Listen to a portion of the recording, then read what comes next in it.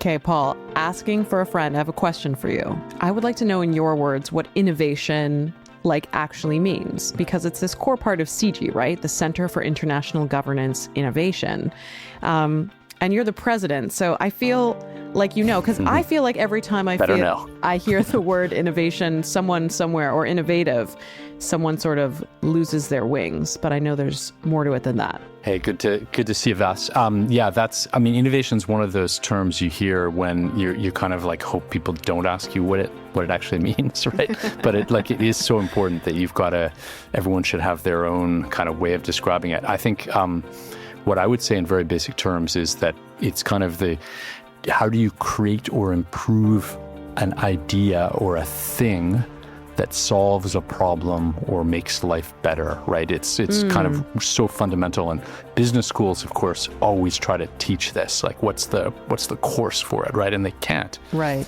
Despite their best efforts on lots of courses. So it's a critical kind of creative function that people get out of. I'm sure university and schools help, but it's quite a creative thing, and it's as much of an art as a science, for sure. I'm fascinated that for you, innovation necessarily makes life better. I wonder if sometimes, innovation can make some things worse for some groups or subsets. And to be honest, I feel like I never really thought about it. For me, there's, as you said, an element of iteration and improvement associated with innovation, right? It connotes an elevation and a newness, and I think, a value associated with sort of a new opportunity for either something to be, accomplished and something to be done, but that there is value there. And people are very intoxicated by the promise or the premise of, generating and capturing value from innovation, right? It's what we crave, it's what we push for, it's what we hope for. And I think it's energizing. It's a buzzword that everyone likes, and it is a double-edged sword, as you say. It's like technology. What we talk about here on the podcast, there is always a double edge, right? Right. Even if you think the positive and people are excited about that, there's going to be, well, what about this and what about that? Mm-hmm. And then at CIGI, the idea was that to put that together with governance as one of the most important things for countries and the world to get right, and so we need innovation in that governance space, right? New ideas about how institutions should evolve or even be replaced, not about global government, but just about institutions, right? And getting governance right and the international system functioning, hopefully in the interests of humanity. Again, that double edge that you're saying, right? It's a tension. Well, I like how CIGI puts those words together, because I sort of think a lot of people presume that governance is sort of the antithesis of innovation, right? Or that they don't go together. And I think the way that the think tank has intentionally presented governance as something that is deserving of and in need of, new approaches and new ways of doing things, obviously appeals to me. Yeah, and we another thing in this podcast, we talk about the acceleration of diffusion of technology, about the adoption, about just things coming at us, right? And sometimes people grab them quickly, and sometimes they're kind of sleepers, and so it's accelerating. All of this is accelerating around us, and the decision making, the impacts on governance and things are huge. Absolutely. Today, we have the pleasure of speaking with Joel Blit. Joel's a senior CIGI fellow, so he's part of the community, and he's an associate professor of economics at the University of Waterloo, where he chairs the Council on Innovation Policy. We're going to speak with him about what innovation is, but also what it isn't, and how innovation goals are sort of playing out, including in an academic setting at the university. And of course, your friend and mine, AI, is going to come up as part of that conversation, and so too will the future of work. Joel Blit, great to see you, and welcome to Policy Prompt. It's absolutely great to be here. Thanks for having me.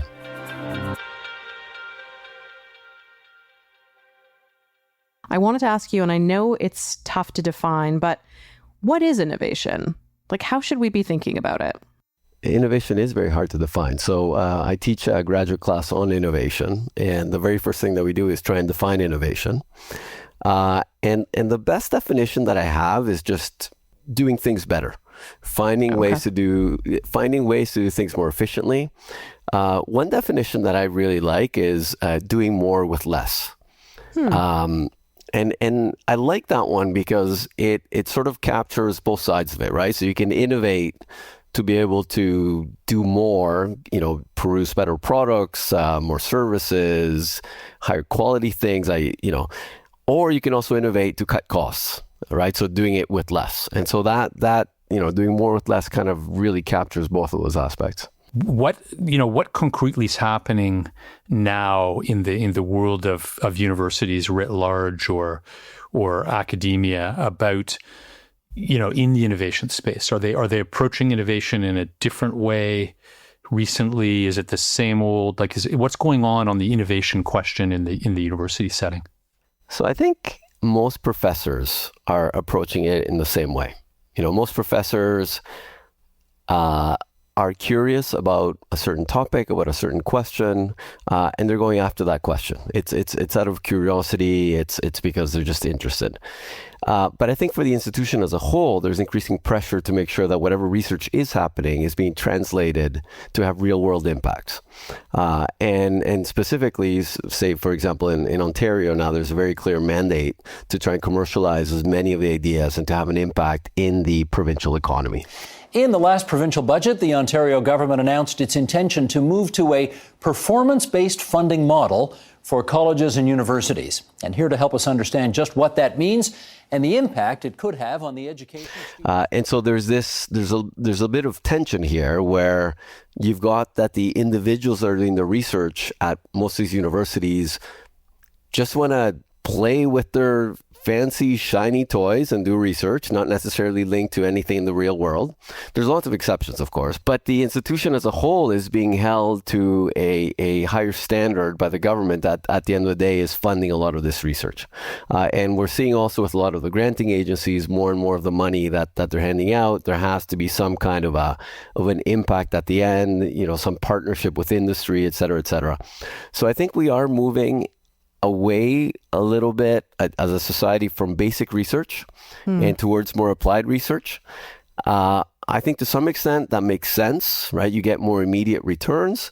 But at the same time, if no one is doing the basic research, then where are the next big ideas, the next big set of innovations going to come from?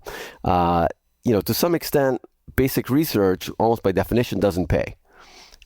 There is no obvious immediate application. And so if universities are not doing it, then who will?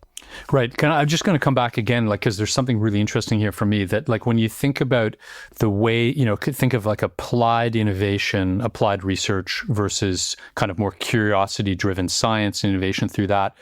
It does make you think a little bit about the models in Japan, Korea, South Korea, where they were very focused in the university on an aligned industrial policy that included applied innovation, but they didn't have as many maybe at the breakthroughs at the more fundamental level because they were very focused on the applied.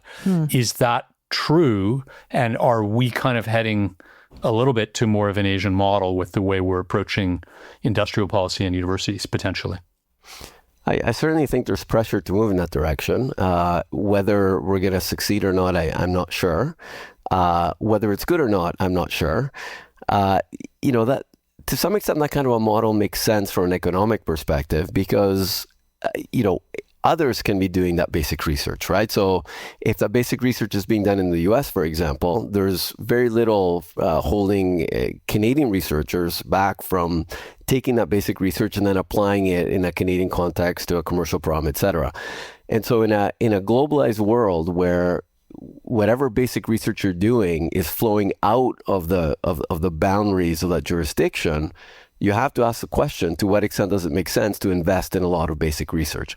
Now, the reality is, even in our internet world, even in our interconnected world, there is still some degree of localization of knowledge spillovers, right? So when you do that basic research, more of that knowledge that you've created flows to people that are geographically close to you than to folks that are further away from you.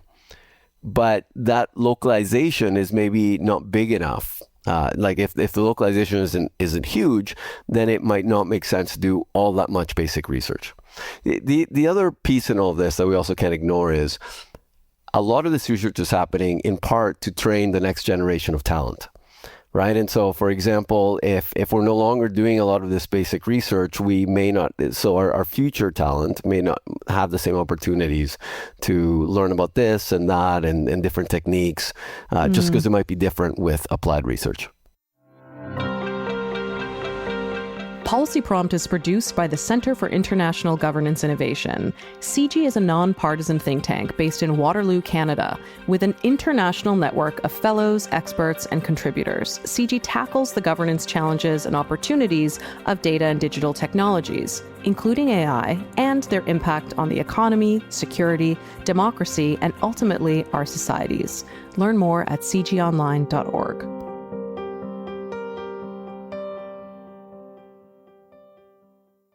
I want to speak a little bit more about this shift at post-secondary institutions. We're all very lucky to be rooted at different universities in Ontario. You know, you mentioned the word pressure, and I think pressure at the academy comes probably forward in very subtle ways. But let's step back for 1 second. We were talking about commercializing research. What does that actually mean, right? What is a metric of success when it comes to commercialization? And maybe it would be important for us to tie that back to this kind of goal or holy grail of innovation. Yeah, I think it's an excellent question, right? How do you measure commercialization success? And there's lots of metrics out there. You can look at startups that have been created from research. You can look at number of licensing deals. You can look at the value of licensing deals. You can look at the number of patents, assuming that some of these patents are actually being used. And then you can track those patents and see if they're being renewed, if others are building on that knowledge.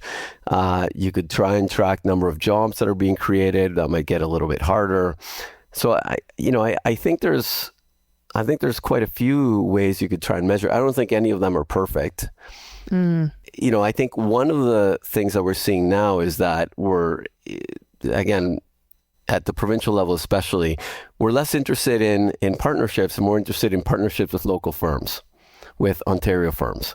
And again, that is putting a certain pressure on universities, especially given that in many of these research sectors, they're very specific in a very specific area. It's not clear that there's any company in Ontario that does that specific thing. Right. And so it is a little bit dangerous. The other reason why this is all a little bit dangerous is, and this goes back to some of my own research, some of my early research, is that multinationals, one of the things that they do is we can think of them as a bridge for the flow of knowledge, right? And so I was mentioning earlier that knowledge, when it's created, disproportionately flows locally, right, to people that are near you geographically. Mm-hmm. And so let's say that there's a place on Earth, call it Silicon Valley, that's generating a lot of knowledge. And we are very far away geographically. And so how do we get access to that knowledge? Well, some of my research shows that one of the ways that you do that is you set up a subsidiary in that remote location. But the other way is that a multinational that might have their headquarters there, but also sets up a subsidiary here, actually generates knowledge flow from Silicon Valley to other firms here, say, right? So this branch plant framework that's often criticized maybe is good from a knowledge translation element. Is that what you're saying? Exactly. Okay. So I always say, on the one hand, yes. And a lot of people at Jim Silly have very strong views on this. We've actually clashed on this a few times. But from a knowledge flow perspective, absolutely. It seems that having these players that are in many different locations do have this benefit that they make knowledge flow back and forth. And the last thing we want from a knowledge perspective is to be this isolated island that has very few links to the outside world. So so getting back to your question, one of the things that worries me is if we are cutting all of these partnerships with, say, foreign multinationals, a lot of these foreign multinationals know what the most, important questions are, have the most high-tech, cutting-edge capabilities, and so they're also contributing that, and they're bringing all this knowledge, and so I do fear that it's a little narrow-minded. On the other hand, I also I sympathize with the idea that Canadians, taxpayers, are investing in the research that we're doing to the extent possible. Let's make sure that it's benefiting the Canadian economy. So I really see that tension there. Joel, you and I have both been in the room quite often when you've talked about your framework for, in a way, the transformation of AI in the economy, which I think is super interesting. And I've seen very different reactions to it, which we should unpack a little bit about. I won't mention where they're from because of kind of CIGI rules, but let's say an Ivy League institution in the US where people in science and technology studies or kind of legal scholars don't see the world this way, but it makes a lot of sense to economists and policymakers often. And you've got your framework of the replace, reimagine, recombine, and then describing how AI works through that as other technologies have in the past. Can you say a little bit about that framework? And then let's unpack a little bit the criticisms and the kind of strengths of that argument. Sure, sounds good. So, let's be honest, and it is a fairly simple framework. What it's doing is it's drawing on the literature, most of the economic literature, on past disruptive technologies and how they have unfolded, how their adoption paths have unfolded over time, and sort of, summarizing. It's a high-level conceptual framework for helping people think about how the AI transformation is going to play out, and perhaps more importantly, what are going to be the opportunities through, over time, over the coming decades. And so this framework basically says, look, in the first phase, and again, this applies to general purpose technologies, right? So things like the steam engine, electricity, computers, and the ICT revolution, and now AI. And so in the first phase, the replace phase, this is where the new technology displaces the old technology within existing processes, right? And so the key here is that the processes don't really change, the business models don't really change. All you're doing is you're saying, oh, look, here I'm doing this particular task with the old technology. And by the way, when I say the old technology, I often mean we're doing it manually, right? Like people are manually doing this thing with the old technology, and I can actually take the new technology and just drop it in and do it faster, better, more efficiently, etc. Right? That's the replace phase, and that always brings some benefits, right? And so in the case of electricity, for example, in the factory floor, we took out the big steam engine and we put in a big electric engine, which was more efficient, more reliable, and so that brought some productivity improvements. And when's that? Like you're talking 1890s, 1900, like that kind of stage of development? Yeah, exactly. Yeah. So this is like very late 1800s, beginning of 1900s, right? So these factories used to have a big on-site steam engine that was a single power source, and then every workstation was connected to the single power source through these line shafts. And that forced the factory floor to be designed a certain way because these line shafts couldn't cover too long a distance, they couldn't make any turns, et cetera, et cetera. So they tend to be very vertical factories. Now, if you fast forward 20 years, we move into the replace phase, right? So we now have electricity, and people say, well, the electric engine, it's fantastic. Let's replace the steam engine with the electric engine. So they created a big electric engine, they put it there, took out the steam engine, but the factory floor remained the same, everything else stayed the same. That was the replace phase. Then comes along the reimagine phase. And the reimagine phase is where people finally fully wrap their heads around the true potential of the technology, and they begin to reimagine processes or business models or even how the firm is organized. And so in the case of electricity, people realize that, hey, wait a second, with the steam engine, it has to be run at scale. But with the electric engine, we can actually have a bunch of little electric engines. Instead of having a single power source, we can give every worker a little electric engine at their workstation. So now we no longer need a line shaft. And now we no longer need this constraint of having to be connected to a single power source. And we could design the factory floor in a much more logical way. And specifically, we made sure that the outputs from one station became the inputs of the next station.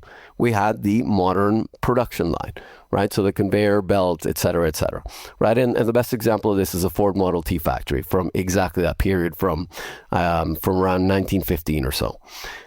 So these are the first two phases. And then the third phase is where the technology combines with other technology to create entirely new technologies. And if those new technologies are also, potentially disruptive general purpose technologies, then the process repeats again, right? And so, for example, electricity combined with advanced materials to create semiconductors and transistors and the computer, et cetera, et cetera. So that's sort of the framework. Again, it's a very high-level framework, but the key is initially, it's like we're limited by our imagination, and we keep doing everything the way we always used to, just using replacing the old technology with the new. But eventually our eyes open up and we start to get much more creative and really drive big changes in business models, processes, etc. Can we apply this model to the shifts at the academy that we were just talking about in terms of different expectations, or how post-secondary institutions are kind of recalibrating to maybe emphasize or focus on the production or pursuit of innovation? Is that a reimagining phase, or is there an incompatibility there? Yeah, I mean, we can apply it to any sector, right?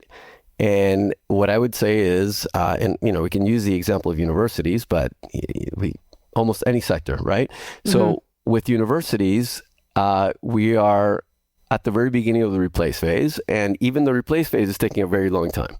So So what can universities do with AI, say? Well, AI can help us create content, write emails, sort through emails.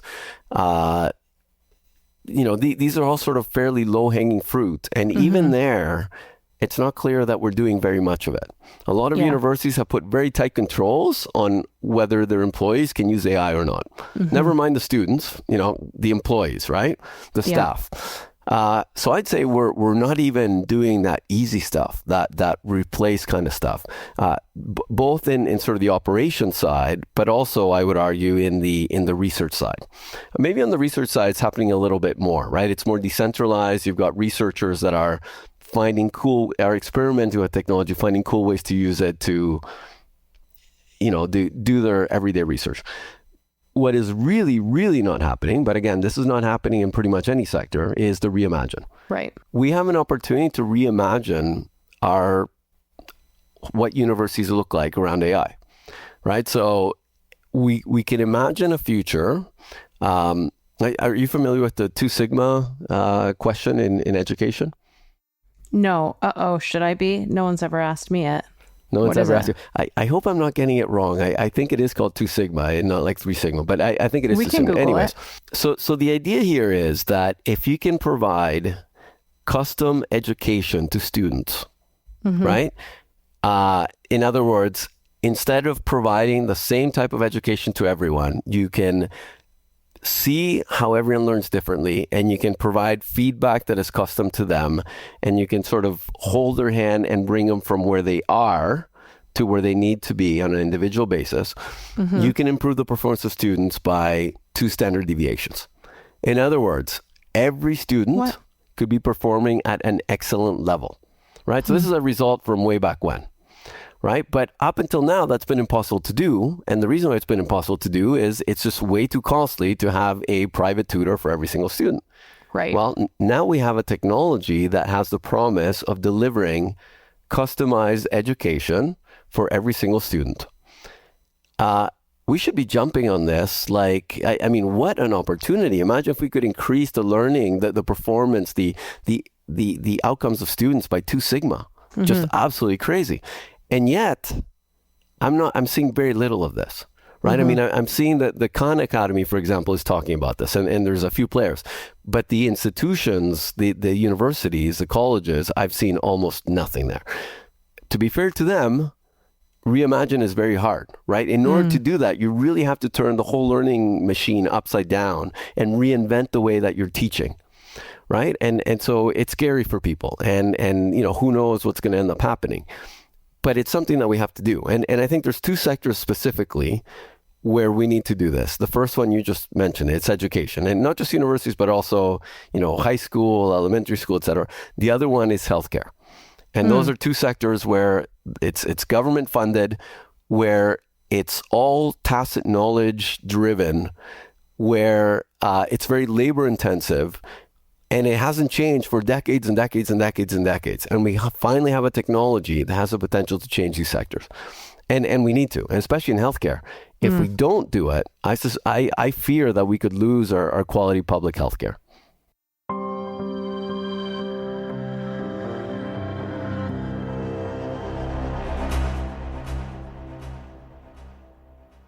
two things here that are coming into my head. And one is that occasionally when you're reimagining something, you have to be provoked to do so, right? And it does feel to me that COVID-19 has provoked a lot of reimagination that is partly being enabled by, new digital interfaces and hybrid environments and things. So we have potentially unleashed a little bit of a moment that is going to push some things that otherwise have kind of traditional inertia behind them in a way that to resist, like just as things do. But I wanted to make sure that I raised the criticisms that would kind of be out about such a model, right? Like about just the idea are we taking as a given that technology is relatively neutral, right? Like somehow with this kind of model, or are we assuming too much about, kind of a progression here that's of value, right? That it's kind of like we can't control this direction. It's value free.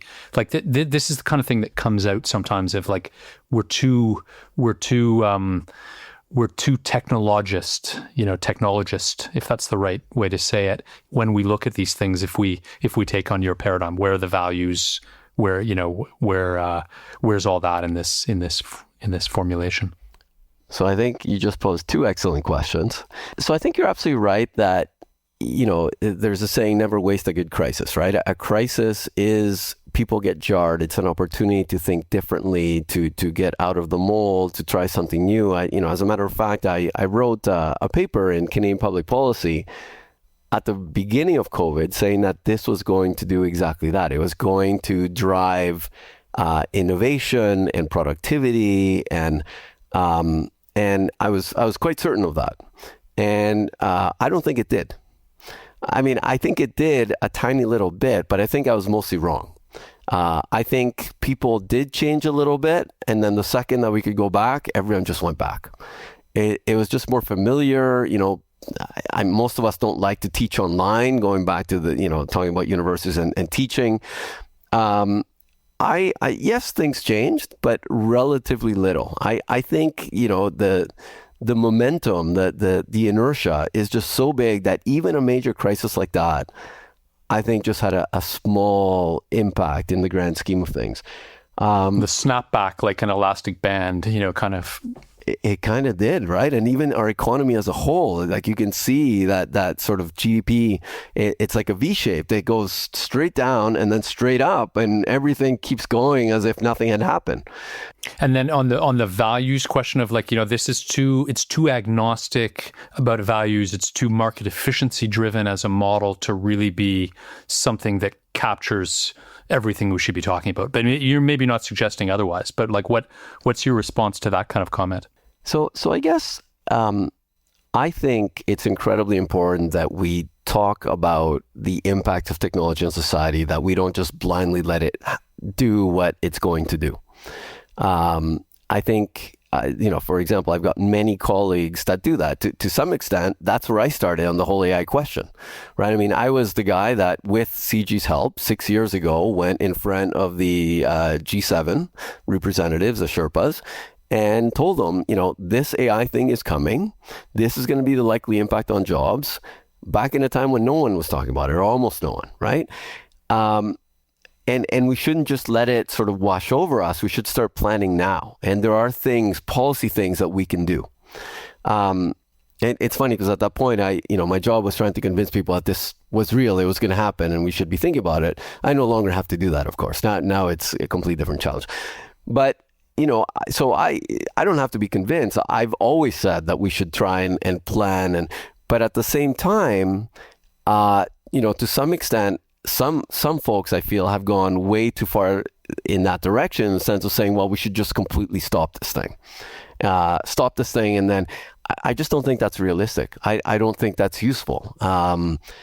Especially given that we live in a globalized world. If we were to say stop this in the West, do you really think that China is going to stop? And so do you really want to create a world where you are basically saying no to the Industrial Revolution? Obviously the modern Industrial Revolution, but, and let others take the mantle and lead? And I don't think that's the world we want to be in. At the same time, though, we want to try and do it as responsibly as possible. Something you're kind of getting at, though, is that post-secondary institutions are kind of saying no in some ways to the transformative potential of AI, right? So we've talked about that commercialization element, but in terms of adoption or embedding or, the delivery of material, even the cadence and the pace, I think it's fair to say that these institutions have been remarkably resistant to change during times that are transformative. So as we look ahead, you mentioned planning, as we look ahead to plan for maybe how AI will continue to recalibrate the labor market and shift the skills that are maybe the hottest or most in demand and change jobs, what is the role of post-secondary institutions in kind of supporting and facilitating that planning? Or do you think that they'll just kind of be totally resistant to that and we'll see supplementary learning opportunities start to fill those gaps? Let me start by saying that, I think it's unfair for us to pick too much on universities. Oh, they can't fight back. Yeah. They can't fight, right? What you just described of institutions being resistant to change applies to pretty much every private firm, every government department, Fair. every institution, everything that I have talked to.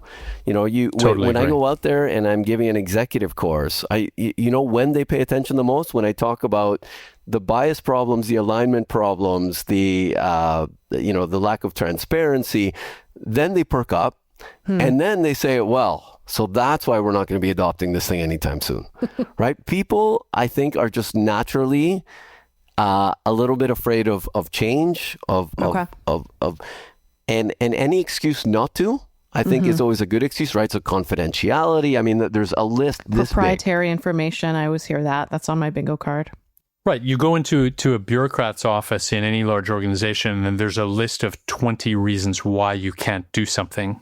You have that discussion, and then maybe you start talking about doing something, right? But you got a long list to get through, right? Exactly. Anywhere. And that's why I think people would now say that I'm a sort of rah for AI. To some extent, yes, but only because, and again, just to remind you, I started on the other side, but mostly because I see this tremendous resistance.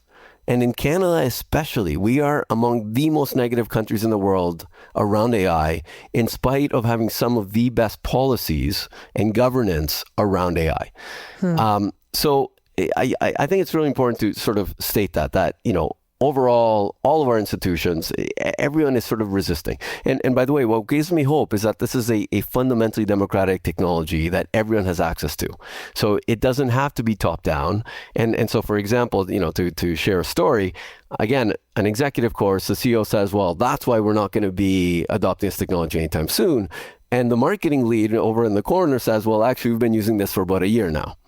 Right? And that's the way that I have some hope it's going to sort of bubble up. And universities, the same thing. Maybe the central administration says this is just too risky, but individual professors and staff are using it every day. And whether you want to or not, they're going to be using it.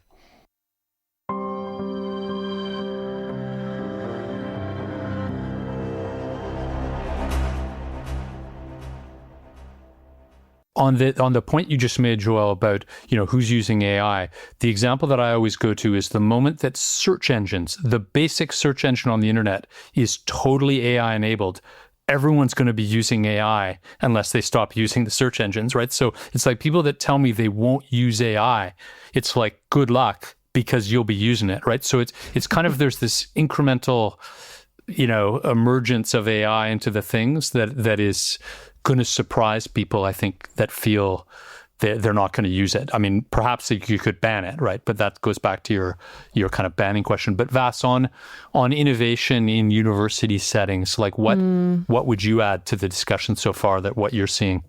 Well, I was being a little bit, maybe cruel or unfair to the academy. I think post-secondary institutions have evolved to accommodate more part-time learners, right? More adult learners, people who are working part-time, kind of coming back to school. That used to be kind of unheard of. You couldn't access certain scholarships. Everything, the dominant form of learning was an immersive kind of full-time student. We're seeing adult learning opportunities through continuing studies. So I guess, facilitating lifelong learning and pretty affordable snack-size, bite-sized learning opportunities that aren't, capital C credentialed, but can help boost people in their current role or as they're searching somewhere. I think that's important. I think the academy is still highly relevant there, because just as an aside, to the many bees in my bonnet, which you can both see that I'm wearing, the micro-credential space sometimes feels a little bit scammy to me because it's under-regulated, right? And I worry that some people might be taken advantage of in terms of what they might be paying for, and it's maybe lower quality or the returns aren't there. Long way of saying I see experimentation at the university, and when it comes to AI, there are capital P policies at these institutions around options you can give students in your classes, and people are having the conversation about how to use and when to use this technology in a way that kind of complements not just learning, but thinking, right? Yeah, kind of a long and rambly answer. Thanks, Vass. I would make sure, I want to cover something else on AI. Unless, Joel, you wanted to come in. Did you want to say anything on what Vass just said? Yeah, and sorry, Vass, yeah. I feel like I also didn't answer your question. I went off on a different direction. But to answer that question and what Paul just asked, I do think that universities are recognizing, Vass, as you were just saying, that, this model of 4 years and out, right? Like 4 years and now you're an alumni and now we're just going to ask you for money. That's no longer relevant. Yeah.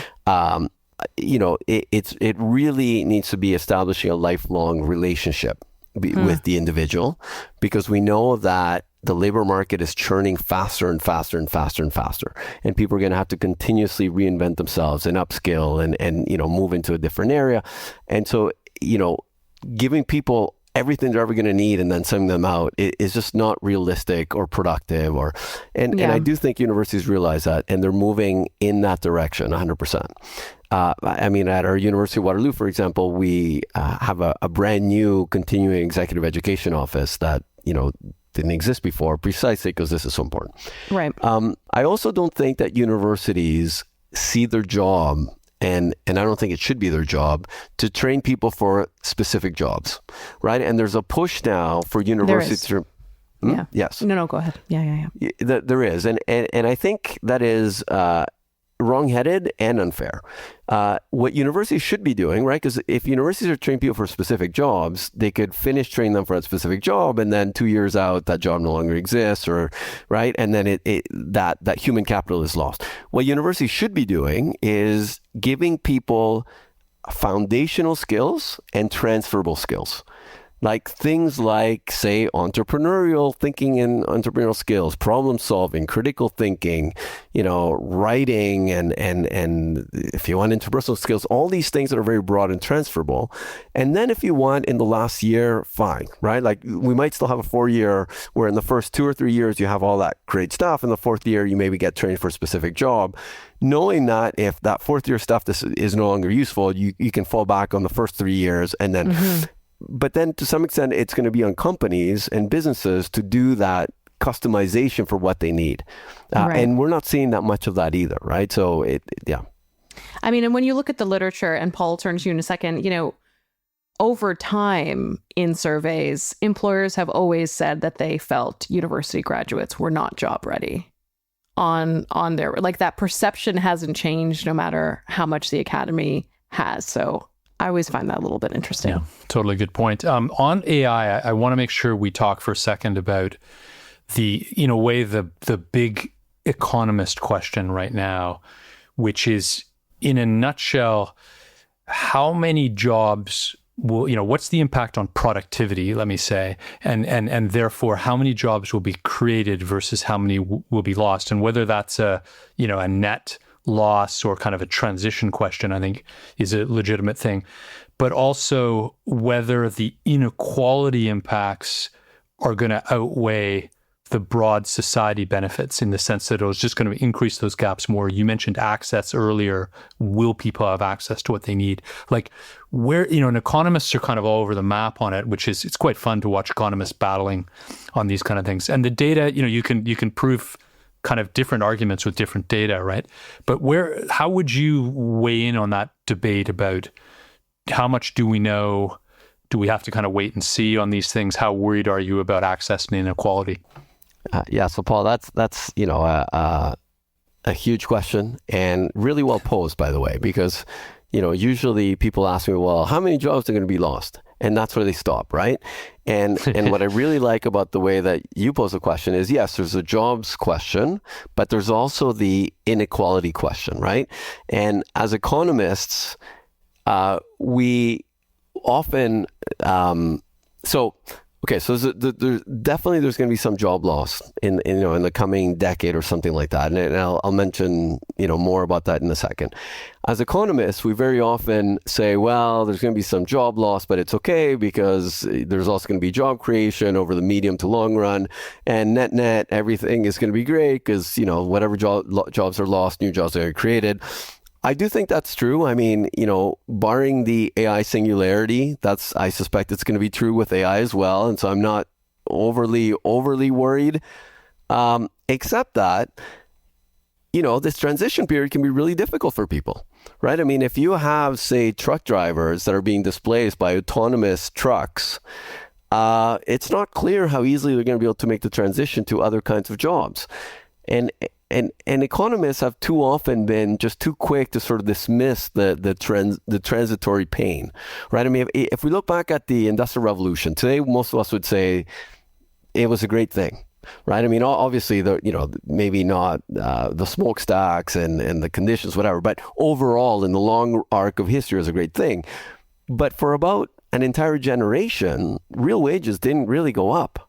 Right? And so if you had gone into the workforce exactly at the beginning of the Industrial Revolution, you would have said, well, this was terrible, right? I mean, instead of being out on the land, I'm now in this like grimy factory. I'm not getting paid anymore. It's unhealthy. It's right. And so the transitions really matter. So, I mean, that's the first point I want to make, right?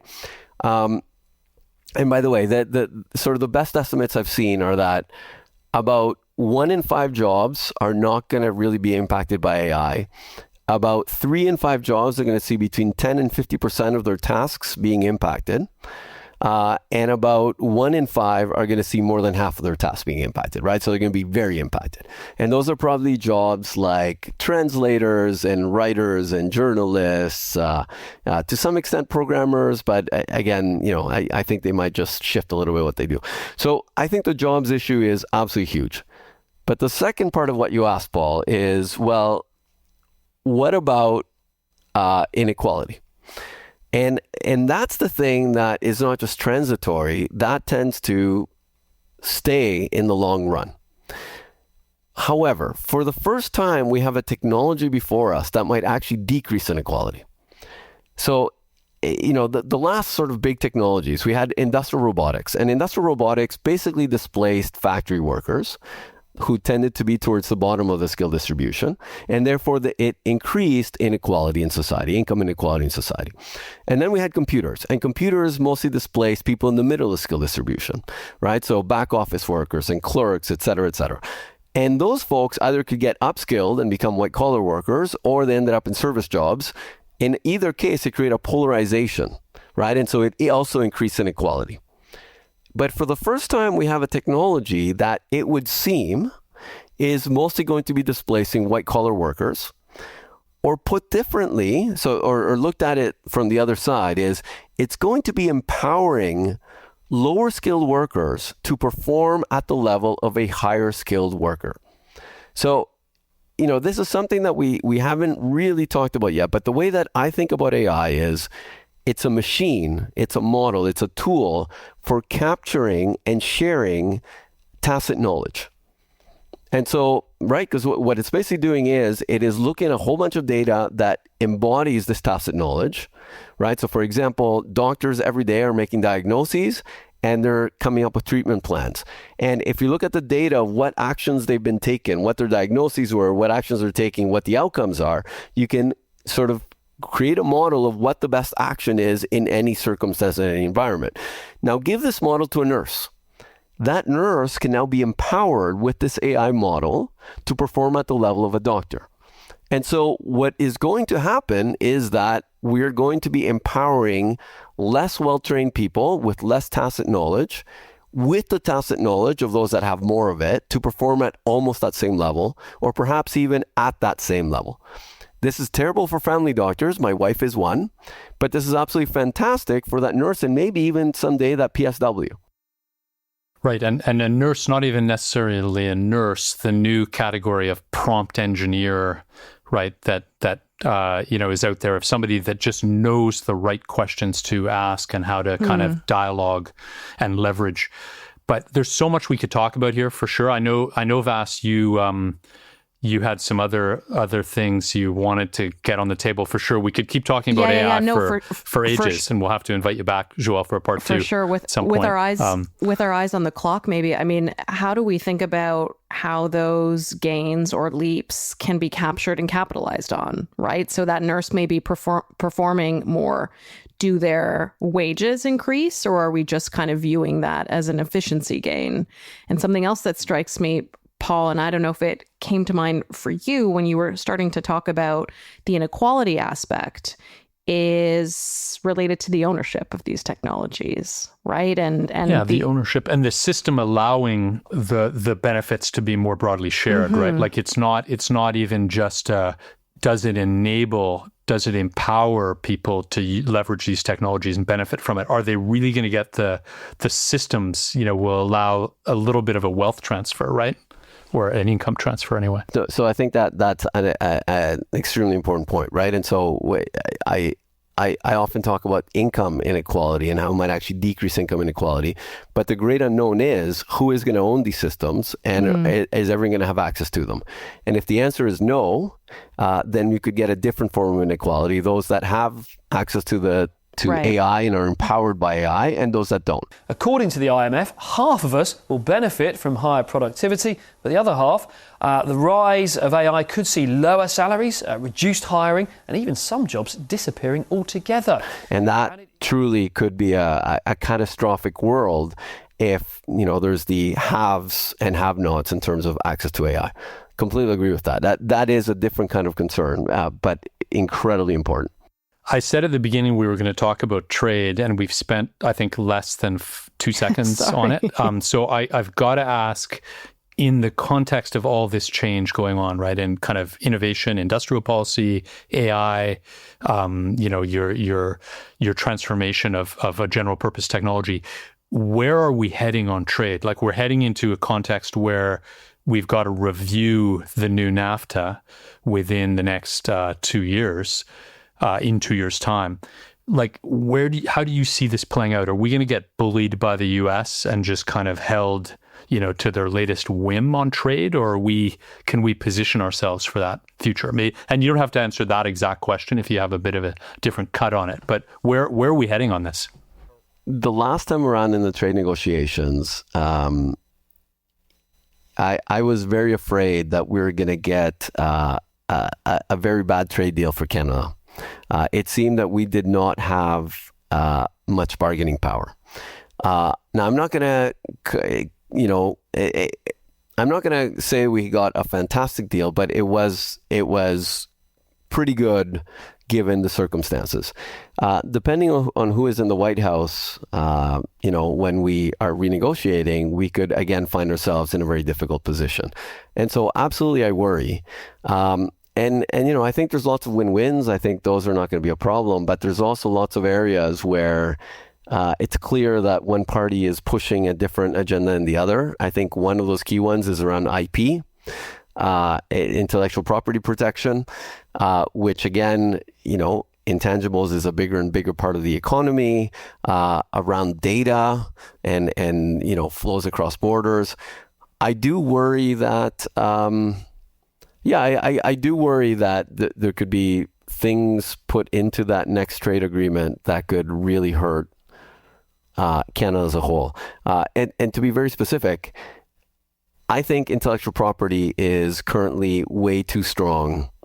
And I believe that it's too strong because of certain groups in the US and other sort of big IP producing countries that are pushing for it. And I think once again, this is an area where Canada is going to have to resist. Yeah, and they're negotiators really well on IP and these intangible questions that we haven't perhaps matched. Yeah. Vass, is there time for a last question here, or are we? Back to how post-secondary institutions are or aren't evolving, Paul, I think you and I have touched on this. CIGI starts to solve this gap, I think, with some of the explainers and that work that you take on. But there's this, I think, expectation that everyone's always learning kind of by osmosis and staying up to date with these changing conversations and evolving policy spaces. But I do think people want to be able to sit and be like, what is innovation policy? Like, what is intelligence? How does it relate to AI? And I guess if you're not in your graduate class that you mentioned, if you're not a full-time or part-time student, it's hard to access learning spaces like that. So one other thing that we didn't really touch on that's related to exactly this and so many other things that we talked about is, Canada has an AI investment that we're making, and, 2.4 billion. Most of it is on AI compute, and I've got many views on that, but I don't want to go into that. What I do want to mention is that what to me is just blatantly missing in all of that is the education piece, is AI literacy. Of that 2.4 billion, there is exactly zero, as far as I can tell, that is being invested in educating everyday Canadians on what this technology is, what are its potential challenges, what are its opportunities, how can you use it, and not just everyday Canadians, but like high school students and executives. And we are going to completely miss the boat as a country, because without the education piece, the AI literacy piece, we're just not going to get the uptake. We're not going to get the future entrepreneurs. And that to me is like the single big, and so who's going to have to do it? I guess it'll have to be CIGI. It'll have to be universities. I'm not sure. Interesting. We're kind of flailing without that framework, right? And it doesn't appear like the politicians can deliver it either, right? They're scattered and really high level on it, right? So there's no vision to energize this. Thanks, Joel. Thanks so much for your time, for joining us. That was really nice. That was a really fun conversation. Thank you. Well, I'm keen to jump in. I really liked that conversation because I thought that he was very thoughtful and balanced in his answers. We asked a lot of, kind of broad questions. There's so much we could talk about with him, right? We kind of just scratched the surface on the kinds of issues that he has very interesting insights on. I thought it was interesting how innovation is one of those ambiguous concepts, which is also part of its value because it's kind of constantly poked at and challenged, and you can't, you can use it and abuse it for sure, but it's robust in its own way, right? Even without a clear definition. So I thought that was kind of neat. And I thought on the, his model of how AI progresses from when you just start to use bigger engines to, engines that are smaller scale that you can use in individual offices, and then you really reimagine things, I think is a really interesting reflection on the way technologies evolve. As long as you have that broader debate about, hey, what are we doing here? And is there access, and is this locking in systems that we don't like, and inequalities and things, right? And I think he recognized that. I think on the trade thing, we didn't really get a chance to talk about it, which is a flag to me that we have to get into that in another setting, because I think there's some big pieces coming within the next 2 years for Canada on trade. It's going to be existential for us. Yeah.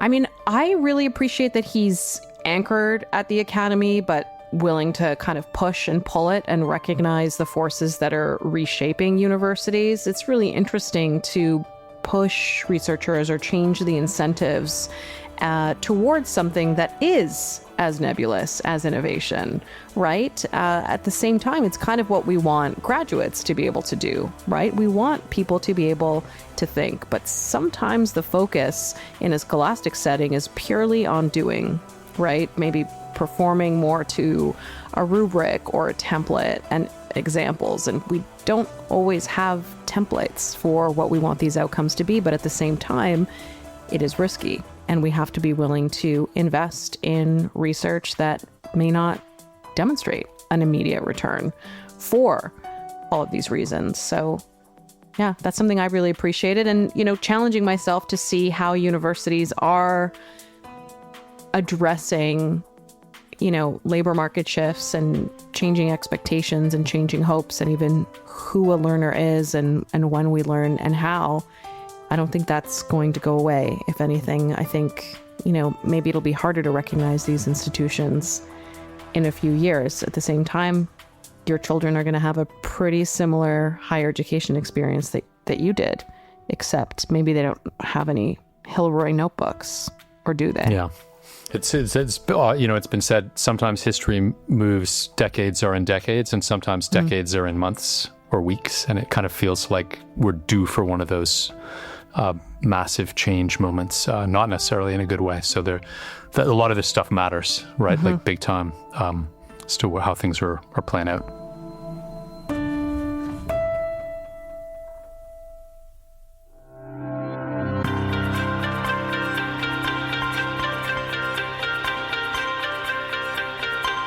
Policy Prompt is produced by me, Vass Bednar, and Paul Samson.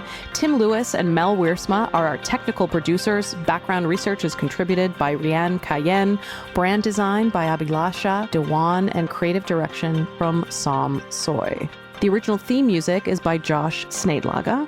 Sound mixing by Francois Goudreau. And special thanks to creative consultant Ken Ogasawara.